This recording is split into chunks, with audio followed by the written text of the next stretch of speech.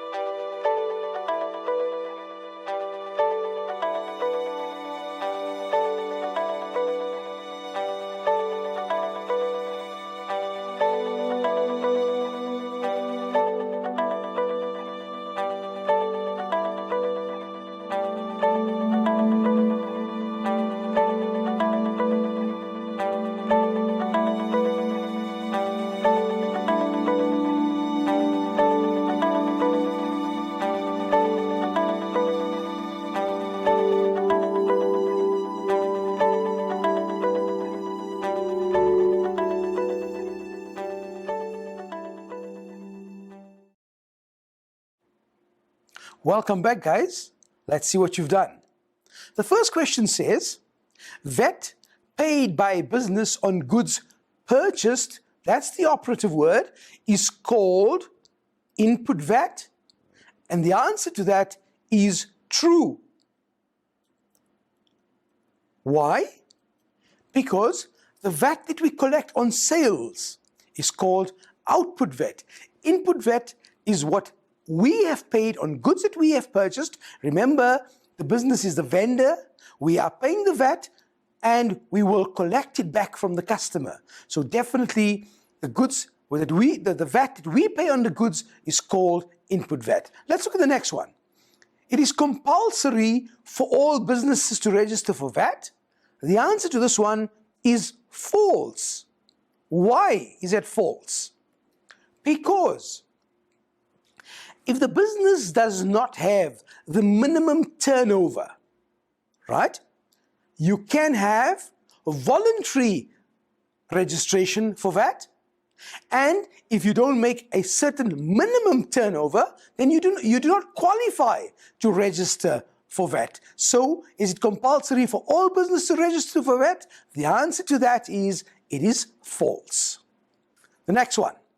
VAT returns to SARS are submitted after every 6 months of trading activities, and the answer to this one here is false. Right? Obviously, look at the regulations and you will find that you can submit your VAT returns on every 2nd month, or depending on the needs, but definitely it's not every 6 months. This is your VAT returns which you submit every 2nd month. Okay, done and dusted with the appetizer. Let's go on to the next question. You are provided with information relating to superstores for the VAT period ending the 29th of February for 2 months. Can you see? This ties in with the previous question.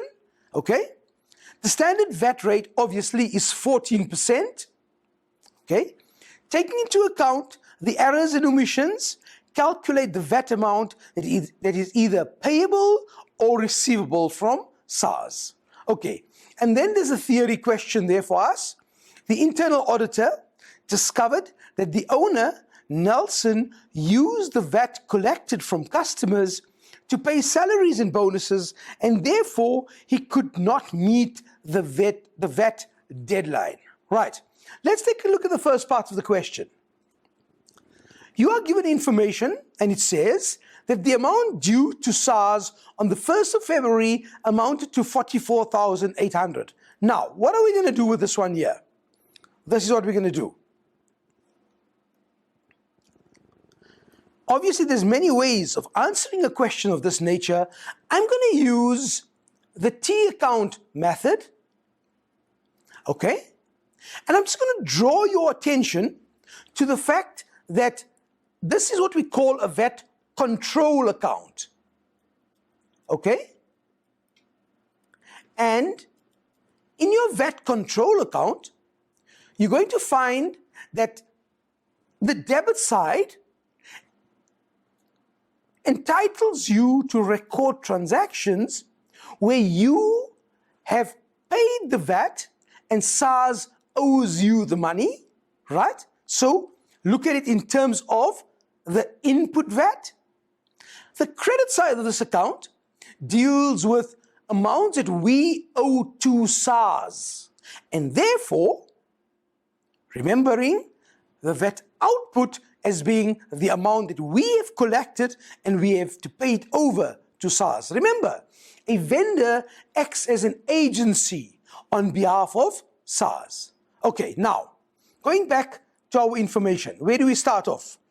The amount due to SARS on the 1st of February amounted to 44,800. Amount due to SARS. That means that's the amount that we are owing to SARS, and therefore, we will start off by saying 44,800 is the amount that we are owing to SARS. Notice on the credit side, indicating to us a liability. Okay, now, from the information that we have here, amounts from the journals on the 29th of February, there's your sales figure, right? Including the VAT works out to 564,300. The VAT amount works out to 69,300.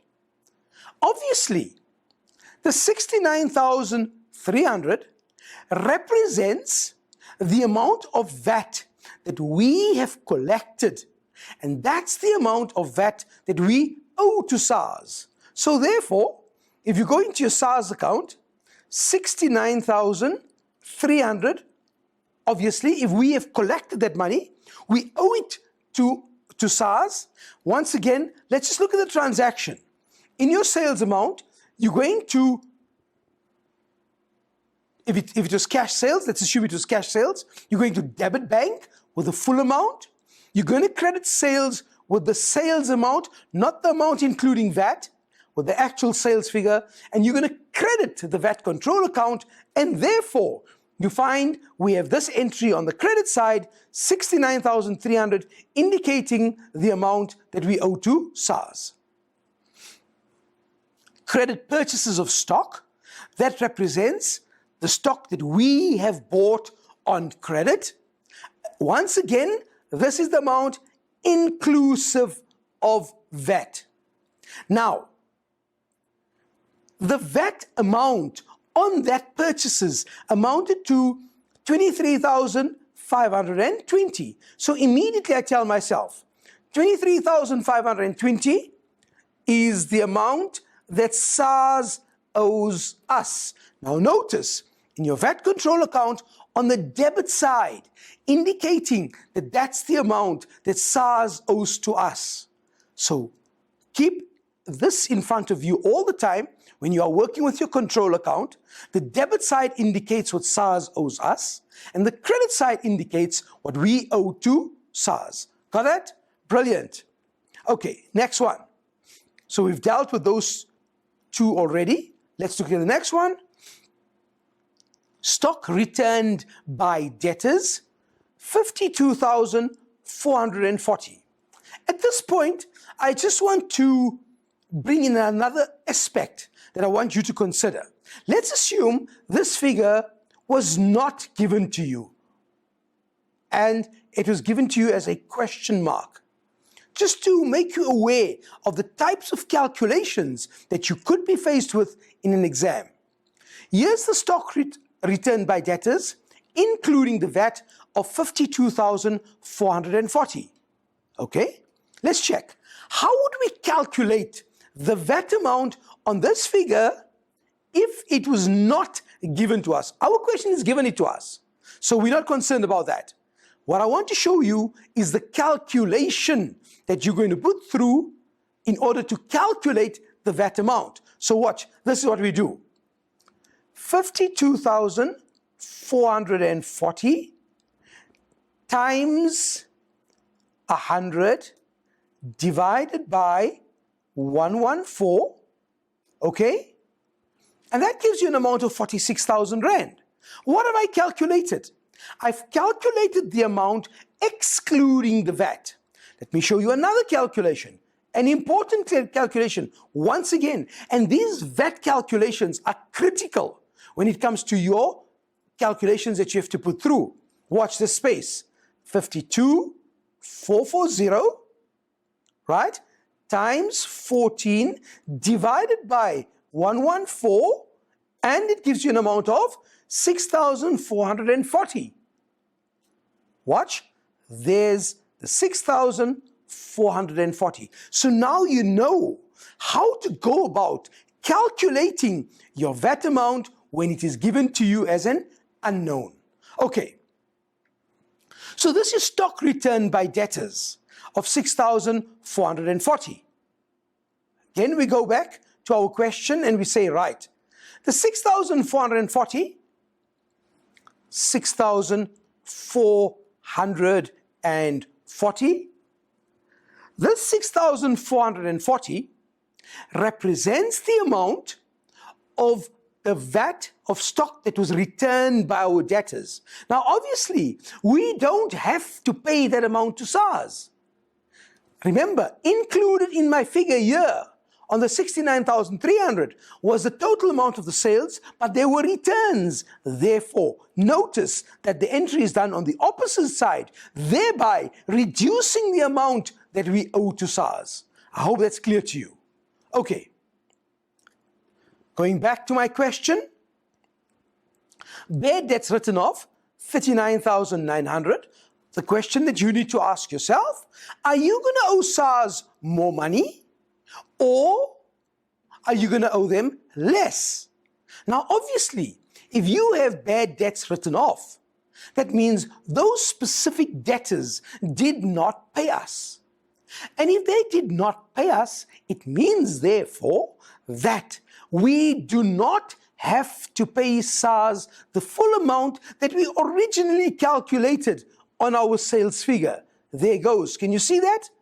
This means that we now have to make an entry with the 4,900, and the question that you have to ask yourself is, what will this do to the amount that is due to SARS?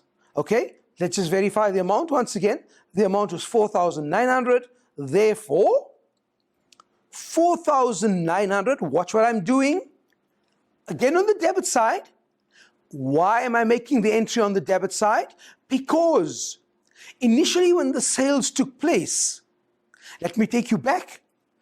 Initially when I recorded the VAT that I had to pay to SARS based on my sales figure, right, was the 69,300. You recall? So there's the 69,300. But based on that figure, I'm not going to be receiving all that money because there's a component that we had written off as irrecoverable. So therefore, that amount is not due to SARS. And in accounting, when we want to subtract, we make the entry on the opposite side. Now, definitely grade 12s, there's different methods in which you can use to calculate the amount of VAT that you have to pay to SARS. The choice is yours, as long as you understand what you are doing. Okay? So what we have done so far is we've done all the calculations pertaining to the information that is given to us. So all of this has now been recorded. Okay, the next step based on this question would be errors and omissions were noted, right? So we have to take each of these errors and ask ourselves, how are we going to record it? Stock was taken by the owner, the cost price of 6,000 Rand, excluding VAT, has not been recorded. So immediately we say, fine, take out your calculator, take the amount of 6,000 Rand times your 14%, and that will be 840 Rand. Okay, now you ask yourself, what's my double entry? A debit to drawings, okay, because it's what the owner took, a credit to trading stock, and a credit to my VAT output, 840 Rand. Let's record the 840 Rand. Watch, that's the amount that I'm owing to SARS, an amount of 840 Rand. So this proves that even the owner is subjected to VAT. Although he's the owner of the business, he or she also has to pay VAT. Guys, end of the segment. Let's take a quick break, a drinks break, whatever we want to call it, and see you in a while. Welcome back, grade 12s. Remember, we're busy sorting out the VAT that is we have to owe to SARS or what they owe to us. We're busy with the errors and the omissions. Now we come to a question that says here, your VAT on sales was recorded incorrectly. Certain goods with a selling price of 50,000 Rand, excluding VAT, should have been recorded as zero rated items. Aha. What are they talking about? What do they mean by zero rated items? Remember, on your theory of VAT, you dealt with items that were zero rated. Can you think of a few? Certainly. Brown bread, right? Certain basic foodstuffs are items that are zero rated. You also get items that are VAT exempt. Those items will never ever have VAT attached to them. School fees, transport, etc., etc. Read it up, make sure you understand the theory. Okay, now we're saying that VAT on sales was recorded incorrectly. There were goods with a selling price of 50,000 Rand. And they were recorded as normal sales. So obviously, you know that when an item is zero rated, what does it mean? It means that your VAT is at 0%. That's right. And obviously, you know 0% means your answer is going to be zero. There's no VAT you have to record. But we have made an error. So we're going to correct this error by taking the amount of VAT, which was, of the sales, which was 50,000. Because it was exclusive, we're going to take the 14% and will give us a figure of 7,000 Rand. Now, what do we do with the 7,000 Rand? With the 7,000 Rand, going back into my account, notice that the 7,000 Rand, because I had calculated the VAT incorrectly, which was part of this 69,300. You recall, I do not owe SARS 69,300. I owe them 69,300 less the 7,000 Rand, which was zero rated items, and I did not have to pay VAT on those items because I didn't collect VAT. Remember, on zero rated items that we sell, we do not collect any VAT on those items. Okay, next one. VAT on discounts granted to debtors was not recorded. The total discount allowed amounted to 19,152. You have 1 minute to calculate the correct amount for me. Go for it.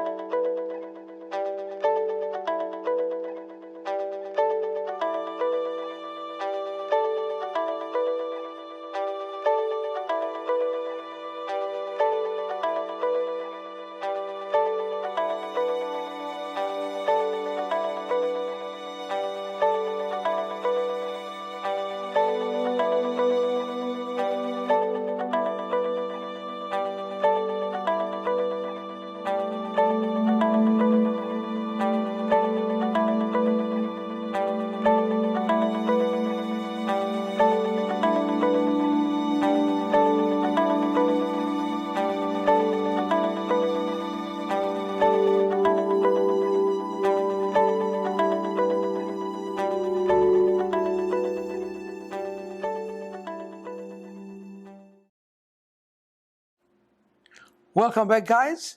How do we do this calculation? Let's check it out.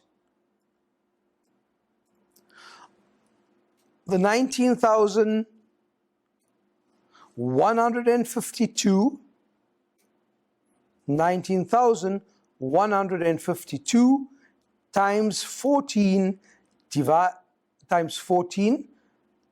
by 114 will give you a figure of 2352. Now once again, look at my calculation. Why am I using 14 over 114? I need to calculate my VAT amount. My VAT amount, we know the standard rate is 14%. Why do I use 114 as my denominator? Because that's the price that includes the VAT. And that's an important calculation. So my figure is 2352. Let's slot in that figure of 2352. Once again, taking into consideration, what am I doing to my VAT control account? I'm debiting it because my debtors were allowed a discount. Because they were allowed a discount, that portion, I'm not going to receive the VAT on it, and therefore I do not have to pay that amount over to SARS. Okay, therefore, let's take our amounts now. So we've got 44,800 plus 69,300 plus 840, and that gives me an amount of 114,940.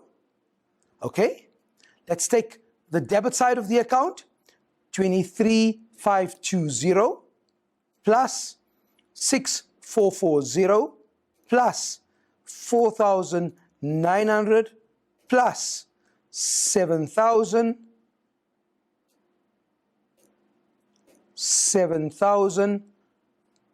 plus 2352, and this is equals to 44,212.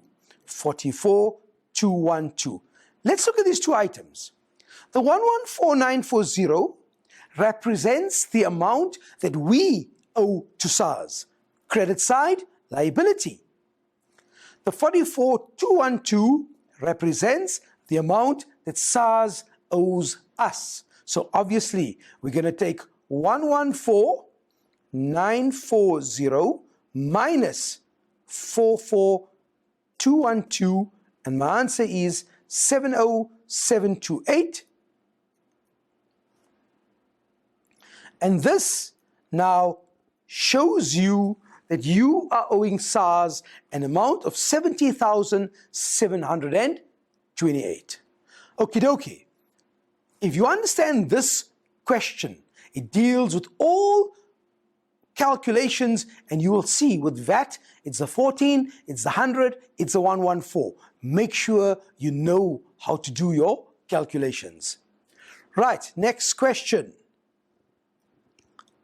As an internal auditor, you discovered that the owner, Nelson, used the VAT collected from customers to pay salaries and bonuses. Therefore, he could not meet the VAT deadline. What comment would you offer to Nelson concerning this practice? State 1 point. Go for it, guys. You have 1 minute.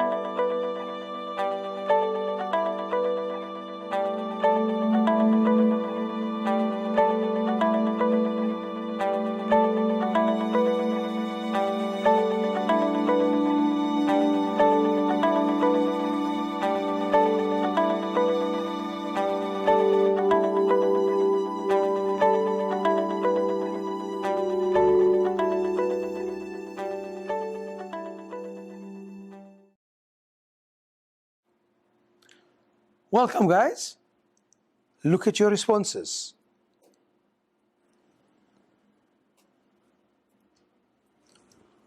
Firstly, it's important that Nelson must keep an accurate record of VAT.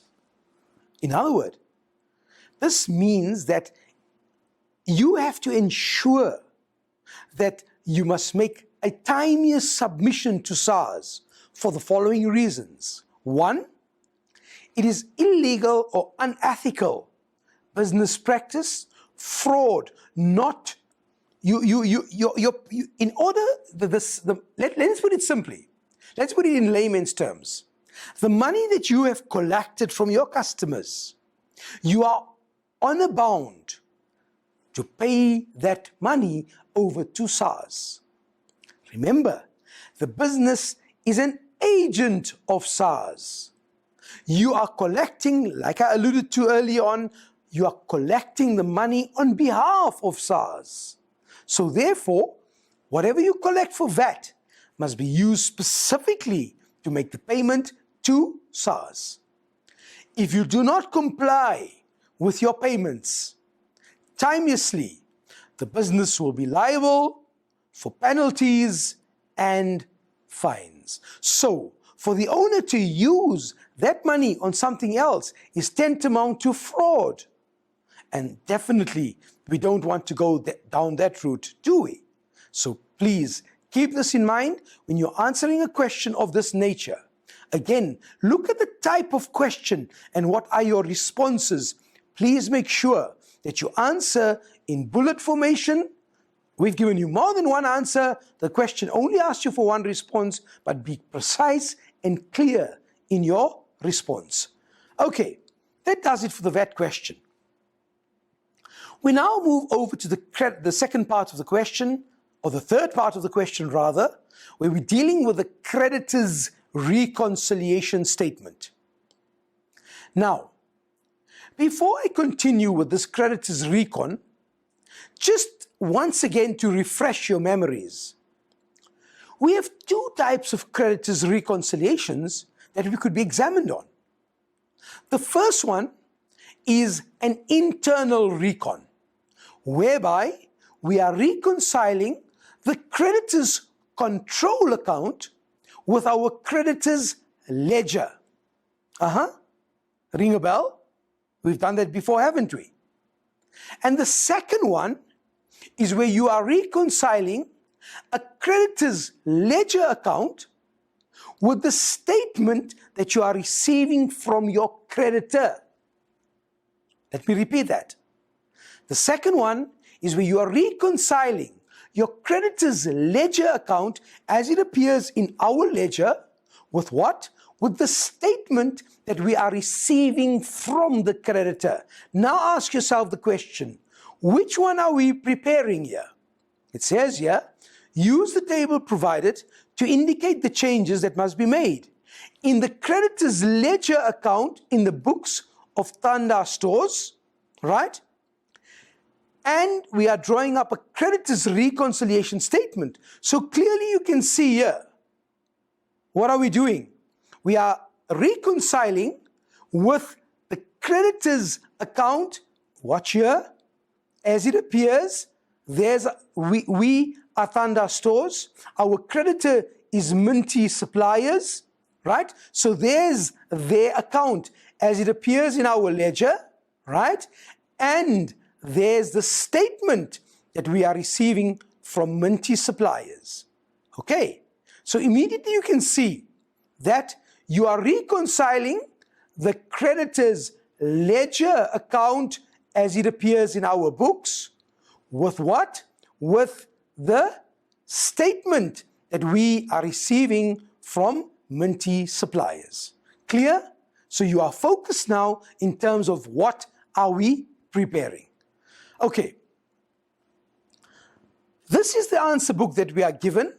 Okay, these are the information that we are given with regards to the errors and omissions. Let's take a look at the answer book and see how and what is expected of us. So, there's the balance that appears in my creditor's ledger.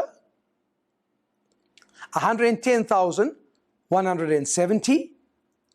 And the creditors reconciliation statement is starting with an amount of 111,600. We are reconciling the creditors ledger with the statement that we are receiving from the creditor. This is the external creditors recon. Okay, let's take a look at the first difference that we have. On investigation, it revealed the following errors and omissions. 1. Invoice number 996. Let's just do that again. Invoice number 996 was for goods that Tanda Stores bought from another supplier, namely Mondi Suppliers. Let's look at the information.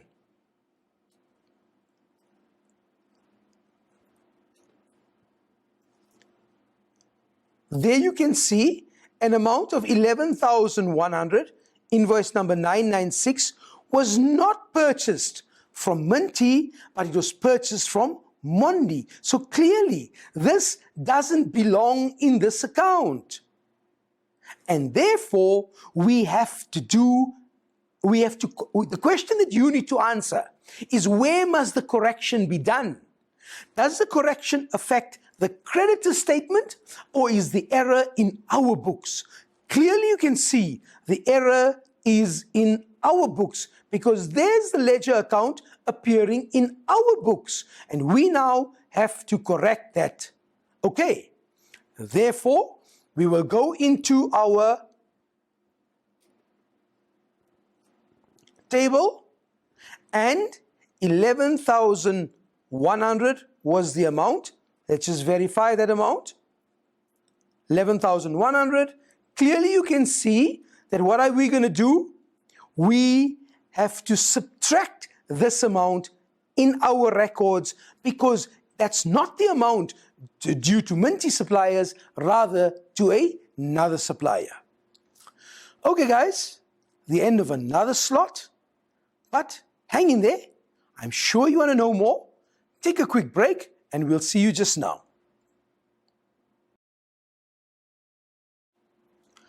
Welcome back, grade 12s. Yes, that error we sorted out. Let's look at the next one. The next one says, so this one we sorted out, right? Now we look at B. It says, invoice 560 was recorded correctly on the statement of account. Now, let's look at the statement of account. What does it say? Let's find our statement of account. Here goes.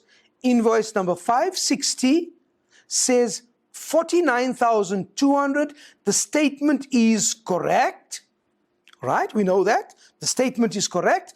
Let's compare that with invoice like we have recorded. Invoice number 560. Let's find it.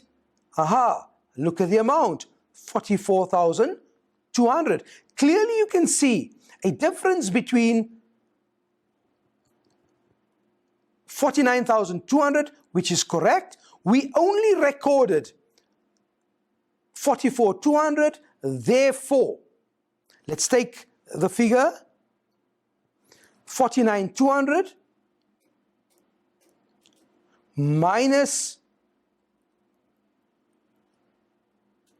the amount we have here, which is 44,200. 44,200. So we can see there's an amount of 5,000 Rand that we have entered too little. So therefore, when we're correcting it, what are we going to say?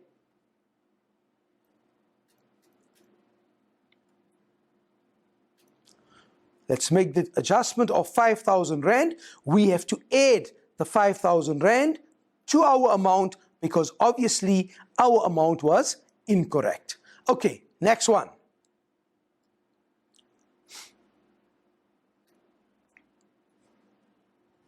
So we sorted that one. Invoice number 571 was an error on the statement. This was for goods supplied to another business. Right, again, ask yourself the all-important question. Who has made the mistake? Invoice number 571 was an error on the statement. Our books are correct. It's a statement that's incorrect. This was for goods supplied to another business. Okay, let's find it first. Number 571.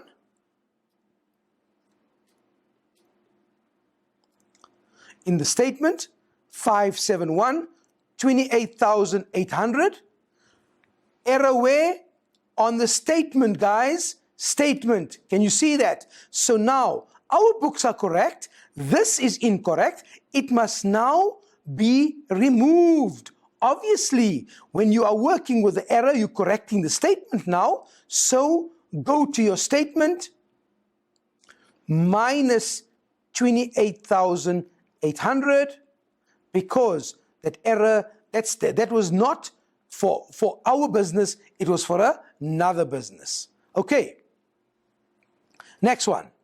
The discount allowed on the 7th of February 2016 is correct as per the statement of account. Again, ask yourself the question, where's the error? Let's see. The discount allowed on the 7th of February 2016 is correct as per statement of account. Let's go and see what do we have in the statement of account. Okay. There's a discount on the 7th of February. The discount allowed was 1650. Okay. So that is correct. This one is correct. Let's take that same comparison with our records. Go to our records, 7th of February, discount received 3,300. Clearly you can see we have taken off a discount of 3,300, whereas we were only supposed to take off a discount of 1650. So 3,300 minus 1650 will give you an amount of 1650. We took off 1650 too much. How do we correct it? How do we correct it? We will do this here.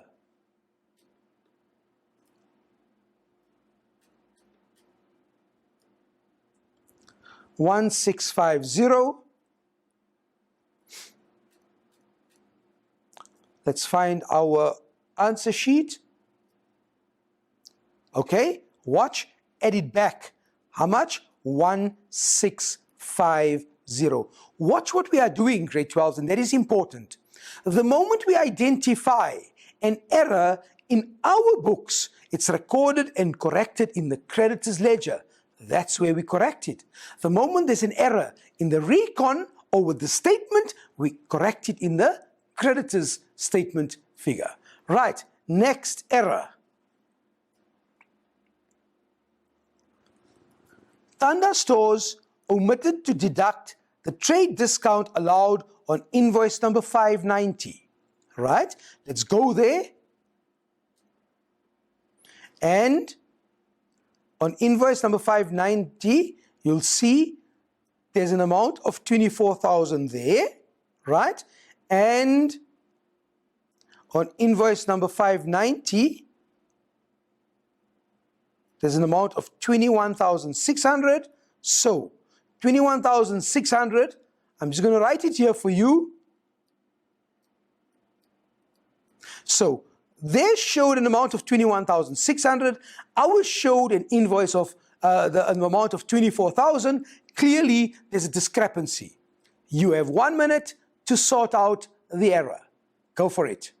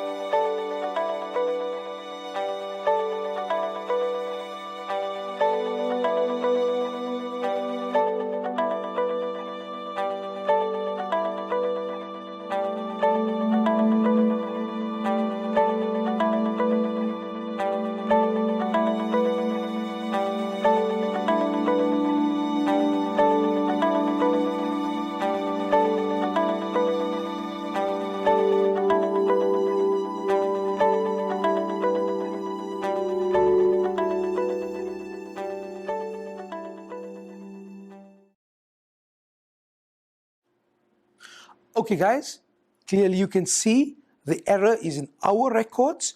We haven't recorded the discount, so clearly the difference between those two amounts is what we're going to be dealing with first. So let's find that amount. It's your 24,000 minus your 21,600 to give you a figure of 2,400. Right, what do we do with the 2,400? We're going to say in our records, we have to change that figure and minus the 2,400, which we did not take into consideration. Right. Next one. Goods for 2,700 were returned by Thanda Stores to Minty suppliers on the 4th of February. Okay, let's check this out.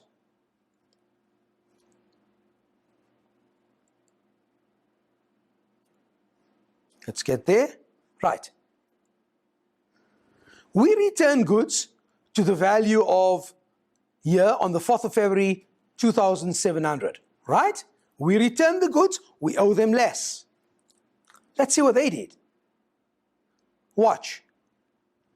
They entered the credit note, but what did they do? They increased our account by 2,700. Clearly, the error is on the statement. And watch this one because of its importance. If I merely take plus 2,700, what am I doing? Remember, let's do this again so we have a clear indication of what we're talking about. You can clearly see that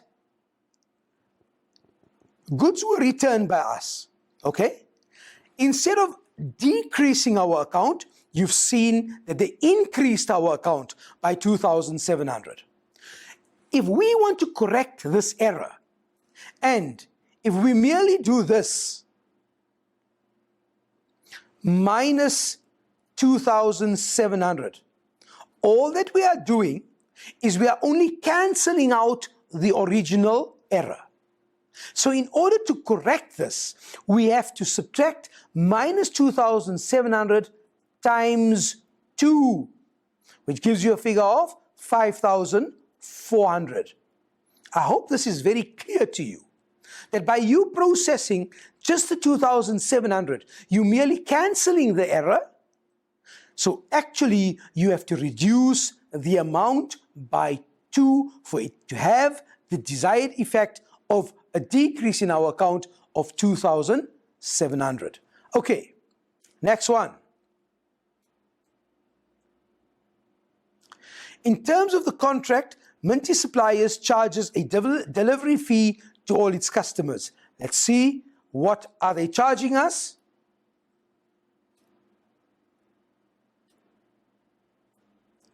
Okay, they charge us a delivery charge of 3,300. Did we record it? Notice no record of the 3,300. Therefore, what are we going to do? We're going to have to make the necessary adjustment and add to our account an amount of plus 3,300. Okay. Lastly, we are told, in terms of our recon, that, so we've dealt with all those transactions. The statement of account only includes transactions up to the 25th of February 2016, meaning therefore that, notice, only up to the 25th, there's the entry. All the entries after the 25th, we have to take into consideration. So here's an amount of 13,800 plus 1,380, which we have paid our supplier, right? So immediately we will correct it by doing the following.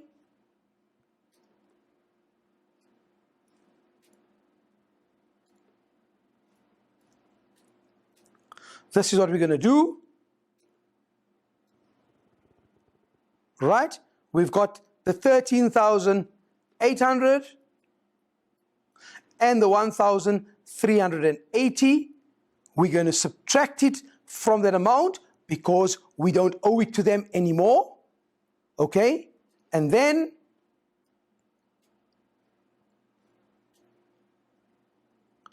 we've sorted that one out, the 13,800 plus the 1,380, that's now recorded. And then, obviously, there was a purchase of goods to the value of 44,400. So we go back here and we say 44,100 plus 44,100. And what we have now done is we have updated the creditors' reconciliation statement with our creditors ledger. Obviously, when you add and subtract, then definitely you will find that these two amounts will now be in balance. In other words, we've reconciled the creditors ledger as it appears in our records with the creditor statement that we are receiving from our creditor. Well, guys, the flight has landed. Another accounting flight has landed. From me, the captain, Ashraf Patel, and my crew, James and Avi, we wish you a pleasant stay preparing your accounting. But remember, always, like we always say, guys, reach for the moon. Perchance, if you don't get there, you definitely will be an accounting shining star. Until the next time, be good. Bye-bye.